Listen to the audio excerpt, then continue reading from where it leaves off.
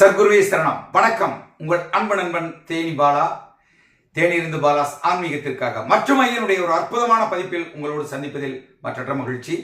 அதுக்கு முன்னாடி ஒரு சந்தோஷமான நிகழ்வில் நீங்கள் அனைவரும் எங்களையும் எங்கள் குழந்தைகளையும் வாழ்த்திய அந்த தருணம். என் பிள்ளைக்கு என் பையனுக்கு திருமணமானத எல்லாருக்கும் சொல்ல முடியல.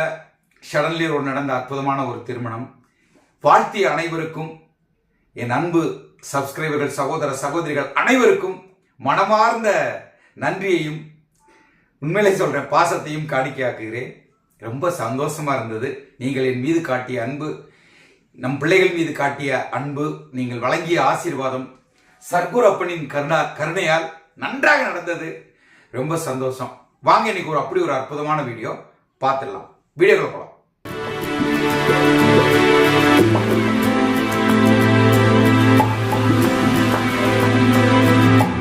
வாங்க வீடியோக்குள்ள போயிடலாம். இந்த வீடியோ பார்த்தீங்கன்னா, நான் பல வீடியோக்கள் உங்களுக்கு தொடர்ந்து உண்மை உறக்க சொல்வோம், ஐயனுடைய அற்புதங்களை உண்மையை உறக்க சொல்வோம் என்கிற விஷயத்துல உங்களுக்கு சொல்லிட்டு வரேன். எனக்கு தெரிந்தவைகளை எல்லாம் ஒன்னே ஒண்ணுதான். உங்களுக்கு நான் சொல்ற விஷயங்கள் ஒன்னே ஒண்ணுதான். சர்க்குருவிடம் சரணடைந்து விடுங்கள். சர்க்குருவினுடைய கருணையை தெரிந்து கொள்ளுங்கள். அவர் எப்படிப்பட்ட பரபிரமம், எப்படிப்பட்ட மகான், மகா சித்தர். இந்த கலியுகத்துல எவ்வளவு பெரிய விஷயங்களை அந்த கணக்கன்பட்டியிலிருந்து செஞ்சிட்டு இருக்காரு அப்படிங்கிறதா உங்களுக்கு நான் சொல்லிட்டு இருக்கேன். இந்த ஒவ்வொரு விஷயமும் உங்களுடைய வாழ்வில், நம்ம மக்களுடைய வாழ்வில் அந்த கணக்கன்பட்டி மண்ணை மிதிக்கும் போது கடன் தொல்லை தீர வேண்டும், நோய் தீர வேண்டும், பல பிரச்சனைகளில் இருக்கீங்க, குழந்தையின்மை, நிறைய பிரச்சனைகள் இருக்கீங்க.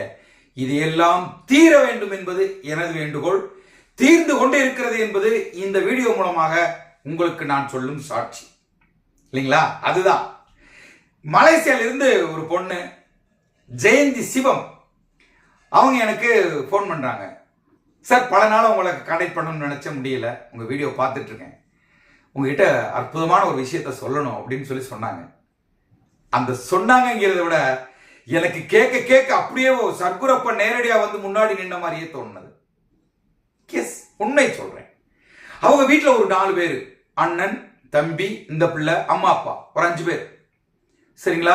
ஒரு வீட்டுக்கு ஒரு 4 வருஷத்துக்கு முன்னாடி குடி போறாங்க மலேசியாவில். சார், போன உடனே அவங்க என்ன சொல்றாங்க, நாங்கள் 5 பேரும் உழைத்தால் தான், வேலைக்கு போனாதான் சார் எங்க குடும்பத்தை நடத்த முடியும், அங்க ஒண்ணுமே பண்ண முடியாது அப்படின்னு சொல்லி பதிவு பண்ணியிருக்காங்க. அப்படி போயிட்டு இருக்கும்போது அந்த வீட்டுக்கு போனதுக்கு அப்புறம் யாராவது 2 நபர்களுக்கு தொடர்ந்து சிகிச்சை சிகிச்சை மருத்துவ சிகிச்சை, ஒண்ணு காய்ச்சலா வந்துடும், உடம்பு முடியாம போயிடும், இல்லாட்டி எந்த பிரச்சனையா வந்துடும், தொடர்ந்து இது நடந்துகிட்டே இருந்திருக்கு. அவங்க போகாத கோயில் இல்ல, வணங்காத தெய்வங்கள் இல்ல. அவங்க பதிவு பண்ணியிருக்காங்க. அவங்களுடைய இந்த மாதிரி செல்ஃப் இருக்கு பாத்தீங்களா, அதுல பூரா பாத்தீங்கன்னா மாத்திரை மருந்துகள் தான். சார், எங்க வீட்டுல இல்லாத மாத்திரை மருந்தே இல்லை சார், ஒரு கோடனை வச்சிருக்கோம் அப்படின்னு சொல்லி பதிவு பண்ணியிருக்காங்க. இப்படிப்பட்ட நேரத்தில் என்னடா பண்றதுன்னு பண்ணி மண்டை போட்டு பிச்சுட்டு இருக்காங்க. ஒவ்வொரு கோயில் குளம் போய் பார்த்தாச்சு. திடீரென்று ஒரு நாள் அவங்க அப்பாவுக்கு உடல்நலம் குன்றி மிகப்பெரிய மோசமான ஒரு சிச்சுவேஷன் வந்தது. ஆஸ்பத்திரி கூட்டு போறாங்க, போய் செக் பண்றாங்க. டாக்டர் சொல்றாங்க, அம்மா நோய் சக்தி இல்லை, கிருமிகள் உடம்புல நிறைய ஏறிடுச்சு, ரொம்ப கஷ்டம், லாங்ஸ் பிரச்சனை இருக்கு, நுரையீரல், கிட்னி, இதயம் எல்லாம் பாதிக்கப்பட்டு விட்டது, ஒன்றும் பண்ண முடியாதுமா அப்படின்னு சொல்றாங்க. சார், இது நான் சும்மா சொல்ல, அவங்க பதிவு பண்ணியிருக்காங்க, அந்த பதிவே உங்களுக்கு நான் போடுவேன், இடையில நீங்க கேட்டுக்குங்க. அப்ப அவங்க சொல்றாங்க, டாக்டர் ஓகே, ஒரு மாசம் தான் மருந்து சாப்பிடுங்க, மருந்து சாப்பிட்டு ஒரு மாசம் கழிச்சு வாங்க, பார்க்கலாம்ங்கிற வார்த்தை தான், சரி செஞ்சிடலாம்ங்கிற எண்ணம் இல்லை. அந்த பிள்ளை ஆடி போகுது. அப்பா வீட்டினுடைய ஒரு மூத்தவர், அவர் இல்லாம என்ன பண்றது, என்ன செய்யறது, வேதனையும் கஷ்டமும் பட்டு இருக்கும்போது ஐயனுடைய நமது வீடியோக்களை பார்க்கிறாங்க. ஐயனை பற்றி முதல்ல என்னன்னே தெரியாது, ஒரு காளி பக்தை, ஐயனை பற்றி யாரு என்னன்னு எதுவுமே தெரியாது, ஒரு காளியோட பக்தை. அப்ப எடுத்து பார்க்கும்போது இப்படி ஒரு சூழ்நிலை. ஐயனுடைய போட்டோவை ரெடி பண்ணி அழகா வீட்டுல வச்சு வணங்க ஆரம்பிக்கிறாங்க. ஐயா, நான் ரொம்ப சிரமப்பட்டிருக்கேன், என்ன பண்றதுன்னு தன்னுடைய குறைகளை, தன்னுடைய வேண்டுதலை ஒரு குழந்தை போல மனமுருகி கண்ணீர் விட்டு ஐயனுடைய பாதங்களில் வைத்திருக்கிறார்கள்.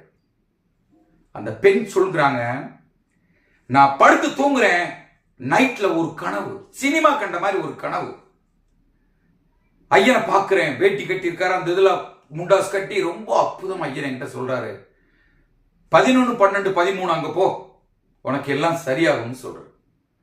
11, 12, 13 அங்க போ, உனக்கு எல்லாம் சரியாயிடும். இந்த பொண்ணு மலேசியால உட்கார்ந்துருக்கு. 11, 12, 13 என்ன சொல்ல வர்றார் ஐயன் எனக்கு புரியல. ஒரு வாரம் 10 நாள் ஒரே மண்டையை போட்டு பிச்சுக்கிட்டு இதை போட்டு எல்லாமே 1, 2 போட்டு எல்லா கணக்கை போட்டு பார்க்குது, ஒண்ணுமே ஆகல. இறுதியாக சரி ஆங்கில எழுத்துக்களில் போட்டு பார்க்கலாம், ஆங்கில எழுத்துக்களில் போட்டு பார்க்கலாம்னு சொல்லி போட்டு பார்க்கறாங்க. அந்த ஆங்கில எழுத்துக்களில் இப்ப நீங்க பார்த்துட்டு இருக்கிறது அதுதான். இப்ப நீங்க பார்த்துட்டு இருக்கீங்களே, இதுதான் அவங்க போட்டு பார்த்தது. அவங்களுக்கு கிடைச்ச ரிசல்ட் பழனிசாமி பழனி. பழனிசாமி பழனி என்பது ரிசல்ட். இதை நான் சொல்லவில்லை, ஜெயந்தி சிவம் அவர்கள் பதிவிட்டிருக்கிறார்கள். ஐயனுடைய அருளை, ஐயனுடைய புகழை, ஐயனுடைய அந்த கருணையை, ஐயனுடைய சூட்சுமத்தை கடல் விட்டு கடல் தாண்டி, கண்டம் விட்டு கண்டம் தாண்டி நான் செய்வேண்டா சாமின்னு சொன்னார் இல்லையா, அதைத்தான் செஞ்சிட்டு இருக்காரு. ஆஹா வந்துடணுமே அப்படின்னு என்கிட்ட கேட்கிறாங்க. உடனே வேண்டுதல், ஐயா நான் உங்களுடைய ஜீவ சமாதிக்கு வருவேன், 10 மூட்டை அரிசி வாங்கி கொடுப்பேன், இல்லாதவர்களுக்கு உணவுக்காக 10 மூட்டை அரிசி வாங்கி நான் தருவேன். நான் கஷ்டப்பட்டாலும் பரவாயில்ல, சேர்த்து வச்ச இதுவரைக்கும் நான் சேர்த்து வச்ச காசெல்லாம் ஏதாவது ஒரு நோய்க்கு ஏதாவது ஒரு இதில் போயிட்டே இருக்கு. இனி நான் கண்டிப்பாக உங்கள் பேரில் சேர்த்து வைத்து அந்த அரிசியை வாங்கி கொடுக்க ஜீவ சமாதியை நோக்கி, கணக்கன்பட்டியை நோக்கி வருவேன் என்று சபதம் எடுத்து ஐயனை வேண்டி இருக்கிறார். அவங்க அப்பா கூட்டு ஆஸ்பத்திரி கூட்டு போறதுக்கான நேரம் வருகிறது. கூட்டு போய் செக் பண்றாங்க. உண்மையை சொல்றேன், உண்மை சொல்றேன், உண்மை சொல்றேன். அந்த பொண்ணு பதிவு பண்ணியிருக்காங்க, அதை உங்களுக்கு இதுலையும் போடுறேன், நான் கேட்டுட்டே இருங்க. அப்புறம் ரொம்ப உடம்பு முடியாமல் ரொம்ப சீக்கிரம் விழுந்து ரொம்ப இதாகிடுச்சு, ஹார்ட் பிரச்சனை ஆயிடுச்சு அப்பாவுக்கு. அப்போ டாக்டர் சொல்லிட்டாங்க, வாட்டில் அட்மிட் பண்ணி அவரை வச்சுருந்து. அப்புறம் டாக்டர் சொன்னாங்க உடம்பு ஃபுல்லாக கூமான், அதாவது ஜெர்ம்ஸ் ரொம்ப ஏறிடுச்சு, கிட்னியில், லிவரில், ஹார்ட்டில் எல்லாத்துலேயும். அப்புறம் ஹார்ட்டு ரொம்ப வீக் ஆகிடுச்சு, ரத்தம் ரொம்ப கட்டிடுச்சின்னு சொன்னாங்க. அப்போ என்ன செய்யறதுல ஒரு மாதம் வர சொல்லி ஹார்ட்டு செக் பண்ணி பார்க்கணும், ஸ்கோப் பண்ணி பார்க்கணும் அப்படின்னாங்க. அதே மாதிரி டாக்டர் வந்து சொன்னாங்க, உனக்கு தான் ஒன்றுமே இல்லையா, எல்லாம் நல்லா தானே இருக்கு அப்படின்னு சொன்னாங்க. பிறகு தான் எனக்கு உண்மையாக சொல்கிற சார், ஐயோ மறுபிரிவு எங்கள் அப்பாவுக்கு கிடைச்ச மாதிரி ஒரு சந்தோஷம் எனக்கு. கேட்டீங்களா? இதுதான் அங்க டாக்டர் சொல்லிட்டாங்களா, உனக்கு தான் ஒண்ணுமே இல்லையா, சரியாயிடுச்சு, ஒண்ணுமே இல்லை, போயிட்டு வா அப்படின்றாங்க. வேண்டுதல், ஐயனிடம் வைத்த வேண்டுதல் பழித்தது என்று அவர் எனக்கு போன் பண்றாங்க. ஐயா நான் வரணும், வந்து வாங்கி கொடுக்கணும், ஐயனுடைய பாதங்களை வந்து சரணடையணும், அந்த புண்ணிய பூமியை மிதிக்கணும், என் கையால 10 மூட்டை அரிசி அங்க வாங்கி கொடுத்துட்டு அங்கிருந்து நான் வரணும். என் அப்பன் சர்க்குருவினுடைய இந்த கருணையை உலகமறிய சொல்லுங்கள். எப்படிங்க உலகமறிய சொல்லுங்கள். நான் என்னோட போட்டோ, எங்க அப்பாவோட போட்டோ அனுப்புறேன்னு சொல்லி அனுப்பியிருக்காங்க. இந்த போட்டோல பார்த்துருப்பீங்க. இப்படிப்பட்ட உண்மை சம்பவங்கள் ஒன்றல்ல இரண்டல்ல. அந்த கணக்கம்பட்டி மண்ணில், அந்த ஜீவ சமாதிகள், அந்த வீரியன் மரத்தில் நடந்துகிட்டே இருக்கு. ஐயன் அமர்ந்து சொன்ன அந்த வேப்ப மரத்தில் நடந்துகிட்டே இருக்கு. உங்களுக்கும் நடக்கும். நீங்க எப்ப நடக்கும்? ஐயனை நம்பணும். பசிச்சவனுக்கு சோறு போடுறாங்கிற அந்த எண்ணத்தை மனதில் வைத்துக் கொள்ள வேண்டும். பிறரை பற்றி புறம் கூறக்கூடாது. யாரை பற்றியும் எந்த சிந்தனையும் வேண்டாம். எல்லாரும் நல்லா இருக்கட்டும். நம்ம குழந்தை குட்டிகள் நம்ம பார்த்துக்குவோம்.